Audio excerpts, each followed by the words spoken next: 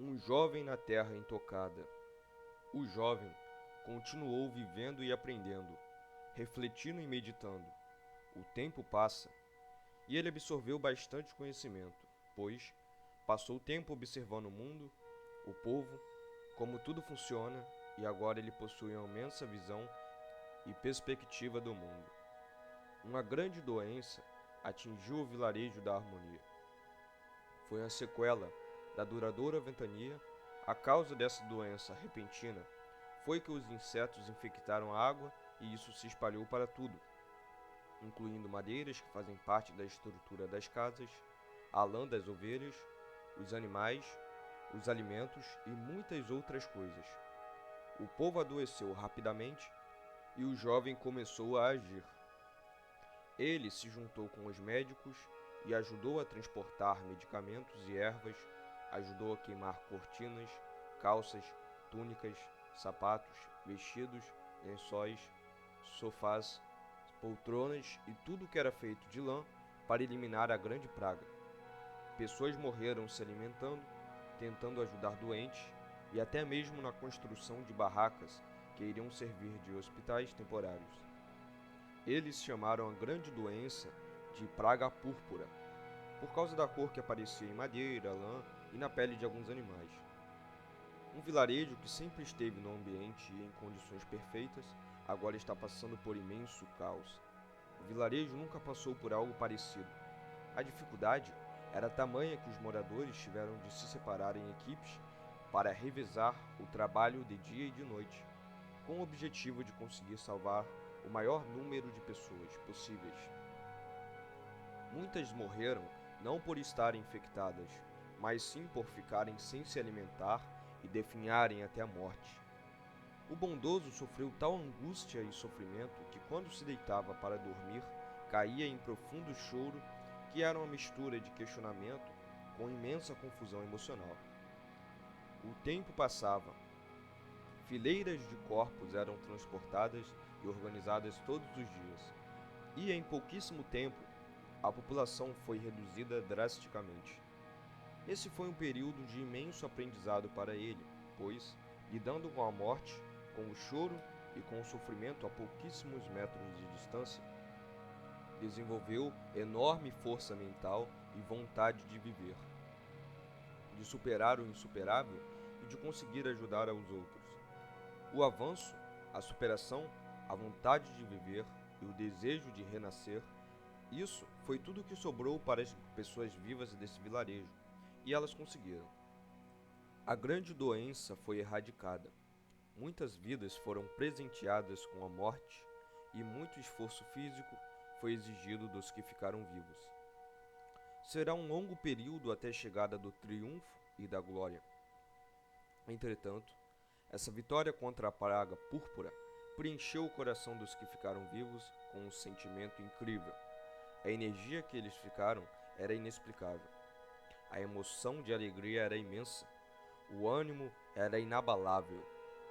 O sentimento de vitória sobre a praga púrpura fez com que os moradores que restaram trabalhassem incessantemente para reconstruir o vilarejo inteiro.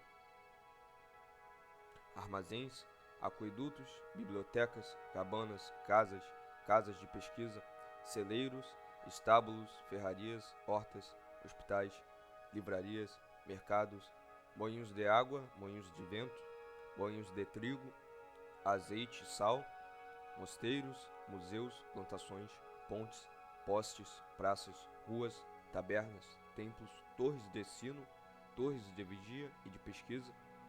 Todas essas construções listadas acima foram construídas e algumas reparadas com um grande sentimento de vitória que os moradores estavam sentindo. Depois de muitos anos, eles evoluíram tanto que o vilarejo já tinha se tornado uma cidade com 20.000 habitantes, e eles edificaram imensas construções. Tudo evoluiu imensamente, de maneira que eles estavam vivendo num paraíso. Este lugar tinha uma qualidade de vida incrível e invejável. O isolamento do resto do mundo também ajudou, pois nunca tiveram de lidar com outros povos ou questões conflitantes que muitos reinos causavam propositalmente com o objetivo de entrar em guerra e conquistar novos territórios. Alguns exploradores e aventureiros, algumas vezes no ano, saíam para descobrir novas invenções e também saber de novidades e acontecimentos que estavam ocorrendo no mundo. A cidade do Bondoso ficou conhecida como Cidade do Aster, pois na cidade inteira a planta estava presente e se tornou um verdadeiro símbolo. Os observadores do universo todos os dias ficavam maravilhados com o céu perfeito e divino, uma verdadeira obra-prima da natureza. Todos os dias, os observadores ansiavam e aguardavam ansiosamente pelo anoitecer para admirarem e observarem nebulosas, constelações, planetas e outros corpos celestes. Inúmeras pinturas e obras de artes incríveis foram feitas por causa dessas observações. Cada imagem passava uma sensação inexplicável. Era algo que só vendo para conseguir entender. As mais notáveis foram consideradas as melhores são a Casa do Sol, Lar das Estrelas, a Luz Ofuscada e a Grande e Pequena Galáxia. Além das realistas, um estilo surgiu e dominou a arte de tal maneira que foi o ramo que mais teve artistas e criadores para contribuírem e explorarem esse estilo. Esse estilo de fantasia ficou conhecido por possuir torres altíssimas e um céu recheado de estrelas e nebulosas. Algumas das mais impressionantes obras desse estilo são a Escadaria para o Céu, a Escadaria que feriu nuvens, a Torre Lapidada, a Torre que alcançou o céu, as Irmãs Estreladas, a Torre das Esculturas Flutuantes, a Torre Divinal, a Torre do Céu Púrpura, a Torre do Portal, a Torre Dourada, a Torre Majestosa e a Torre Solitária. Essas incríveis obras de arte ficaram famosas e todos da cidade a admiravam. Sem sombra de dúvidas, a arte foi crucial para o desenvolvimento e a evolução do povo para chegarem nesse avançado nível de compreensão da natureza, dos seres humanos, da bondade e da maldade. O bondoso foi felizardo como nunca. Ele é grato por ter nascido na cidade do Aster, e todos os dias caminha ao redor dela para apreciá-la e observar a incrível paisagem serena e pacífica. Um dia, ele se questionou se em algum momento a humanidade deixaria de existir e se todas as obras de arte, construções, templos e músicas seriam destruídas pelo tempo. No campo do Aster e da Orquídea, a lua lançava uma luz suave sobre o campo e sobre o bondoso, que estava deitado, de braços cruzados com um sincero sorriso e com uma calma e controlada respiração. Ele estava relaxando com o canto dos grilos calmos e o suave sussurro das folhas de abeto. Na grama fresca e macia, ele dormiu, observando estrelas, nuvens, planetas e tudo mais que presente estava no céu. Revigorado, ele acordou cedo, arrumou sua bolsa e seu cajado e partiu na sua caminhada ao redor da cidade do Aster e de algumas ravinas e riachos que faziam parte da paisagem da Terra das Orquídeas, que é um grande lugar e é onde a cidade está presente. Mal sabia ele, mas esse lugar perfeito e que parecia ter saído de um conto ou de uma história ainda seria o palco para grandes batalhas e um cenário de grande destruição, com dor, choro, caos e sofrimento. O bondoso caminhou com sua bolsa e com seu cajado. Pássaros, ovelhas e macacos o observavam. Ele andou por algumas horas e depois retornou para a cidade e deu alguns presentes para amigos e amigas que moravam perto dele. Uma cidade com boa estrutura, hospitais, museu, bondade e tudo o que há de bom. Da ruína à glória é o que melhor define este lugar, que passou por grandes adversidades e sofrimento que parecia não ter fim. Encontrou a paz, a prosperidade, debaixo do azulado e doce céu. As pessoas se divertiam nadando nos rios Crianças brincavam correndo e os animais pastavam no clima de calmaria e de alegria genuína de todos os moradores que habitavam a cidade. Pessoas caminhando com suas carroças e bolsas com utensílios, a fumaça saía lentamente da chaminé do ferreiro, águias e falcões rasgavam o céu da cidade numa alta velocidade.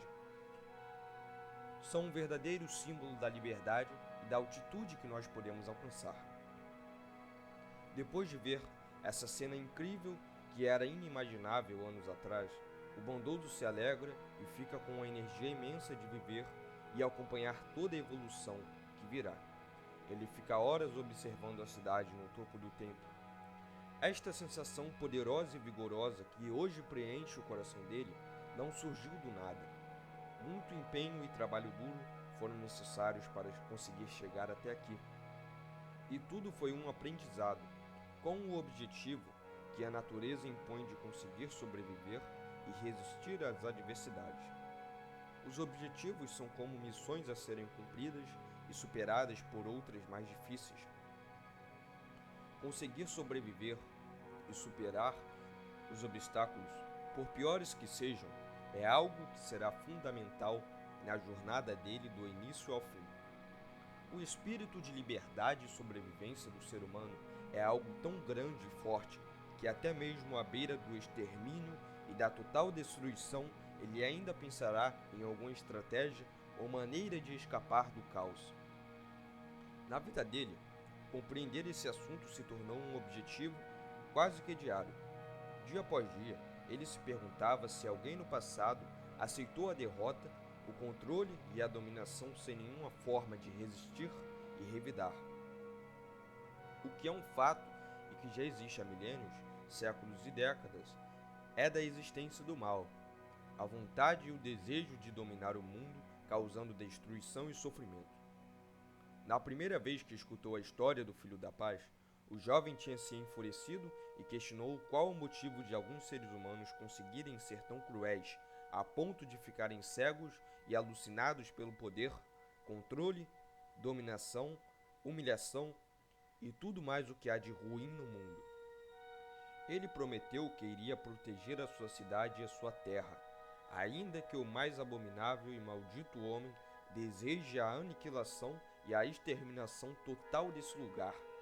Ele lutará até a morte, defendendo sua terra e enfrentando a força das trevas em busca de que a terra continue livre e pacífica.